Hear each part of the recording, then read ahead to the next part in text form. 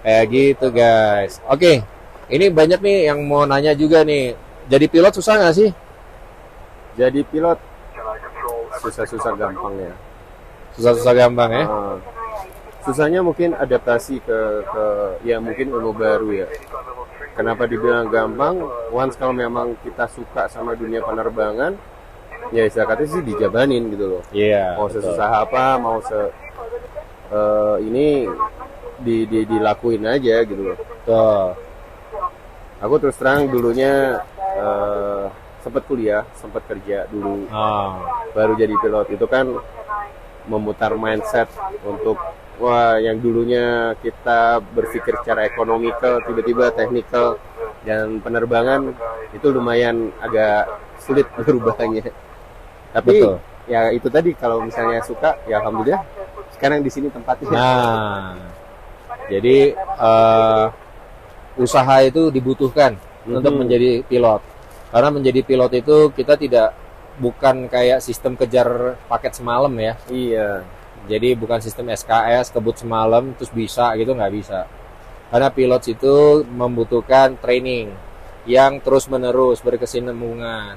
Fungsinya apa? Supaya kita mengingat training kita yang di awal, kita bawa ke berikutnya lagi, kita bawa ke berikutnya lagi. Makanya itu dibutuhkan pelatihan terus secara terus menerus. Betul. Dan untuk menjadi seorang pilot itu bukan cuma skill ya Mas ya. Betul. Bukan cuma skill, tapi kita juga harus bisa mengingat prosedur, kita harus bisa mengingat regulasi. Ya. Karena kita bukan yang terbang nggak ada aturan. Terbang ini sejak kita menginjakkan kaki di pesawat aja, itu udah ada aturannya. Sudah ada aturan-aturan. Sudah ada aturannya semuanya. Dan semua aturan ini sebenarnya membawa kepada satu, kedisiplinan. Kedua, karena kita disiplin, itu akan berdampak kepada keselamatan daripada penerbangan ini sendiri. Betul sekali. Kalau kita nggak disiplin dalam terbang, kita nggak disiplin dengan aturan, menerapkan aturan, bisa dijamin deh keselamatannya pasti akan goyang. Dan akan membawa kepada kecelakaan, baik insiden maupun eksiden, seperti begitu. Jadi ya teman-teman yang mau jadi pilot, ingat baik-baik, usahamu sangat diperlukan untuk menjadi pilot. Belajar yang benar, jaga kesehatanmu. Karena kesehatan itu gimana Mas? Kalau kesehatan kira-kira kenapa sih kesehatan menjadi standar requirement atau persyaratan standar untuk menjadi seorang pilot atau bekerja di dunia penerbangan? Kenapa tuh? Ya itu tadi ya, kita dengan model kerja yang nggak umum ya sebenarnya. Selain itu juga kita ada kalau misalnya terbang di sini kita ada pressurize. Kadang-kadang itu juga ya ini bukan lingkungan yang biasa kita hidup sehari-hari gitu loh. Betul. Jadi mau nggak mau, dan ini ya beda sama penumpang. Kalau penumpang kan mungkin frekuensi untuk terbangnya nggak begitu sering ya. Betul. Cuman kalau kita, atau let's say kita ngomongin rute domestik bisa 4 kali take off landing, itu kan naik turun untuk pressurize-nya sendiri segala macam itu. Betul. Tadi kenapa harus fit badannya itu. Betul. Terutama musuh paling utama itu flu. Betul. Jangan sampai deh kalau flu terbang. Waduh, kalau flu terbang banyak kejadian. Yeah. Ada teman yang terbang dalam kondisi flu, begitu mendarat, dia nggak sadar kalau ininya tuh berdarah. Iya. Ternyata gendang telinganya robek. Iya. Terus juga masalah mata. Mata ini juga penting nih. Karena mata itu, deviasi mata itu macam-macam tuh. Yang istilahnya juga kita nggak terlalu tahu ya. Iya. Tetapi ada yang tentang fokus kita supaya tidak menyebar dua gini. Kalau nyebar dua begini bahaya tuh. Kita ketika mau landing, kita ngeliat runway-nya ada dua. Kita bingung yang mana nih runway-nya nih.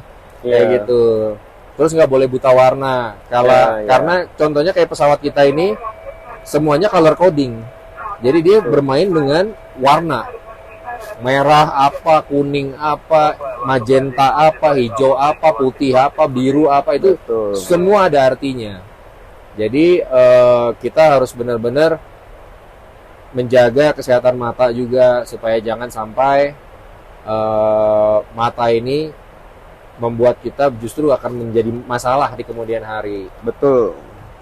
Tapi Terus kalau apa lagi? ngomongin mata juga, Cep, memang yang paling prohibit ya, yang paling ini tidak bisa diterima emang untuk buta warna ya. Buta warna. Tapi betul. kalau ini ada yang punya mata minus atau misalnya Betul. cylinders, ya jangan takut juga sih.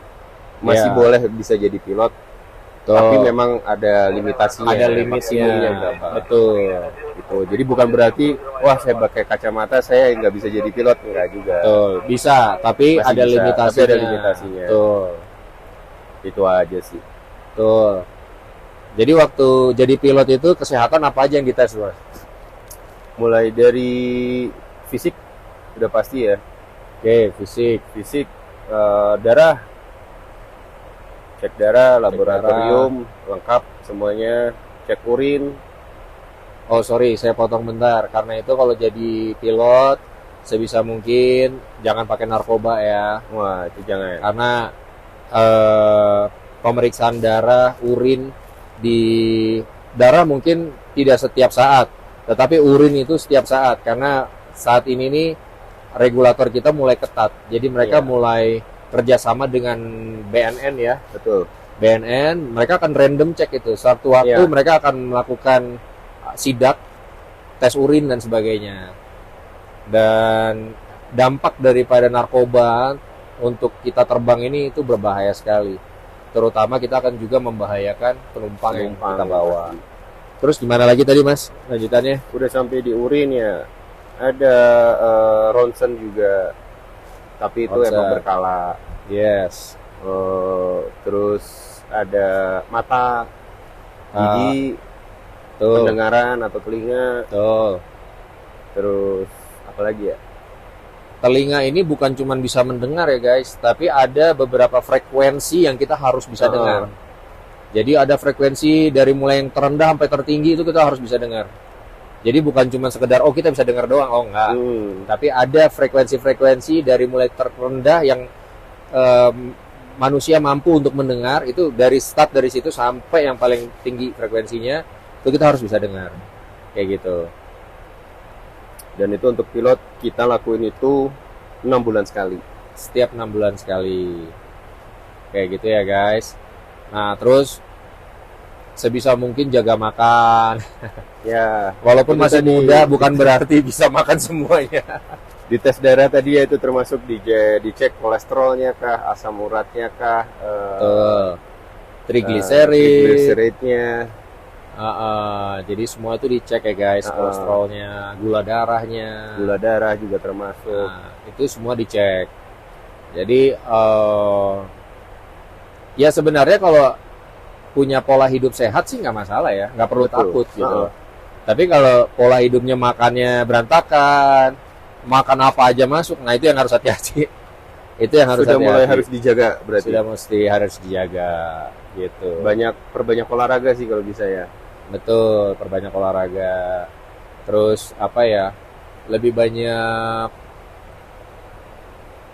Dan nanti kalau pada saat terbang itu sebenarnya ada bagian yang penting juga, yaitu secara mental ya, Iya. mental kejiwaan. Karena ada contohnya gini nih, dulu waktu di akademi ada teman, dia secara akademis jago, Gus. Iya. Secara akademis pinter dia. Dia tuh punya nilai paling tinggi di kelas, dan itu dia menjadi checkpoint buat teman-teman lah istilahnya. Oke. Nah, tapi begitu sudah masuk fase terbang, dia tidak lulus. Kenapa? Karena dia nggak bisa terbang. Gitu. Oleh sebab itu, kalau mau jadi pilot, sebelum jadi pilot itu ada tes yang namanya aptitude test. Betul. Aptitude test itu dimana kita dites bakat terbang kita. Kita punya bakat terbang apa enggak gitu. Betul. Kalau kita nggak punya bakat terbang, susah untuk lulus. Kenapa? Karena bakat terbang itu sesuatu yang bisa dilatih dan juga sesuatu yang sudah bawaan dari lahir gitu loh. Iya. Ada orang yang dalam tanda kutip istilahnya born to fly.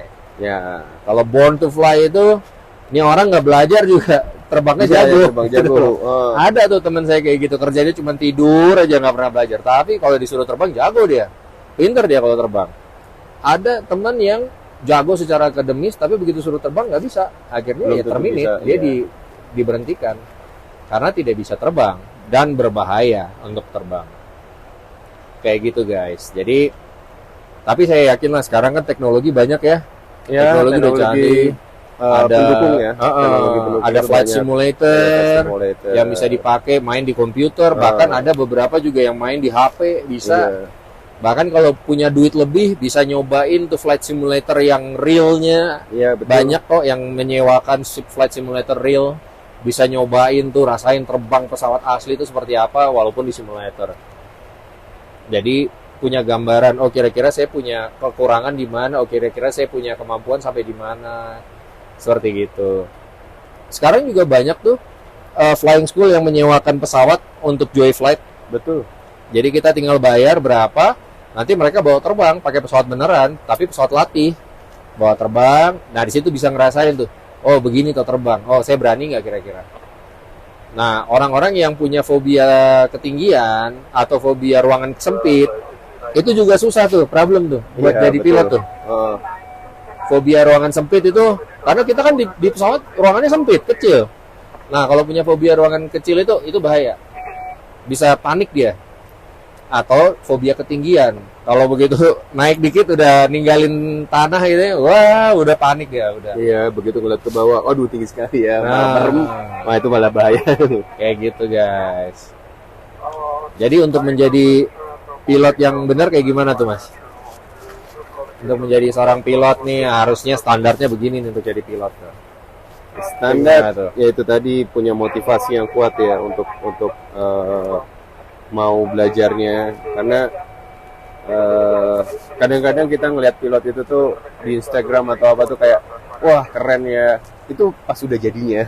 Nah, tapi sebelumnya itu dengan itu jangan sebelumnya kita digembleng mulai dari flying school sampai dengan kita masuk even ke airlines pun sama, kita masih tetap digembleng. Betul. Dan setiap 6 bulan sekali pun kita juga selalu nge-review itu di simulator gitu loh, untuk hal-hal yang abnormal ya. Betul, abnormalities, terbangnya gimana. Keinginan belajarnya itu harus tinggi, harus itu ada self motivationnya juga tinggi, fisik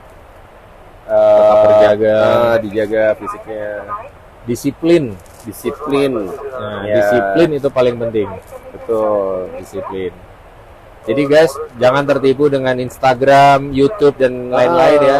Itu pilot keren. Memang keren pas di saat mereka sudah jadi. Nah, sama kayak bangunan guys. Kalian ngelihat, oh bangunan ini keren ya, bagus ya. Iya. Tapi kalian juga harus lihat pada saat proses itu pembuatannya itu. Proses pembuatan si bangunan itu kayak bagaimana gitu loh. Di tempat digemblengnya kayak apa sampai bisa terbentuk bangunan seperti itu. Demikian juga dengan pilot. Pilot tidak semudah itu langsung jadi blok langsung gaya style. Wah keren ya, dia belum tentu. Keren foto-foto sama pramugari. Itu setelahnya.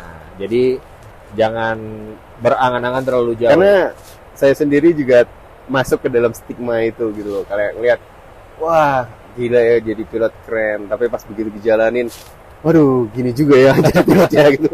Ada bukan ngeluh sih, tapi kayak apa ya, menghela nafasnya ada juga gitu. Nah, betul. Waduh, ternyata jadi pilot harus begini ya gitu.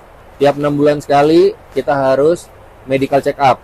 Itu pertama. Terus kedua, tiap 6 bulan sekali kita harus proficiency check. Artinya kemampuan kita dicek lagi di simulator. Ya, kita masih mampu nggak? Kita masih profisien nggak? Masih memadai nggak kemampuan kita, pengetahuan kita, dari kondisi kita gitu.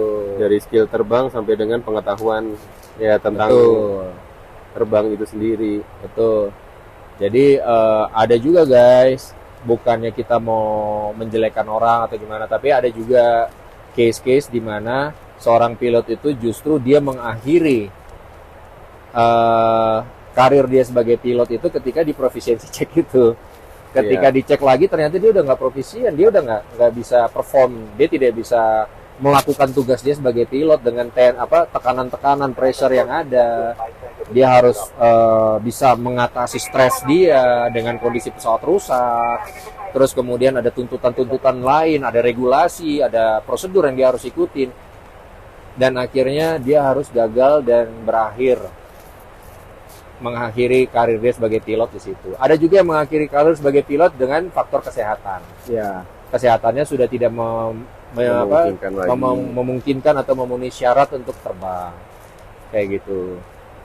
Jadi ya kita semua berharap bahwa kita semua bisa mencapai usia pensiun sebagai pilot ya dengan normal. Artinya kita bisa mencapai itu semua dengan normal. Tidak ada pilot yang jago di dunia ini ya bro. Betul. Nggak ada pilot yang jago. Pilot yang jago itu yang bisa pensiun. Ya. Dengan selamat, tidak ada kejadian apa-apa. Nah, tidak ada kejadian, tidak ada insiden, tidak ada kasus, tidak ada apa, dia bisa pensiun dengan normal, itu pilot yang jago. Jadi ya, kita semua berharap kita bisa mencapai ke sana. Oke guys, sekarang kita sudah sebentar lagi kita akan masuk wilayah udaranya Mumbai. Betul. Dimana kita akan terconnected dengan komunikasi terbaru saat ini namanya CPDLC. Kita akan terconnected dengan CPDLC. Jadi kita komunikasi dengan ATC sudah tidak menggunakan suara seperti yang kalian dengar, tapi kita seperti chatting. Seperti kita kirim message chatting. Kita berkomunikasinya dengan itu. Oke guys, that's all for today. Nanti kita lanjutkan lagi pada video-video berikutnya. Dadah. Dadah.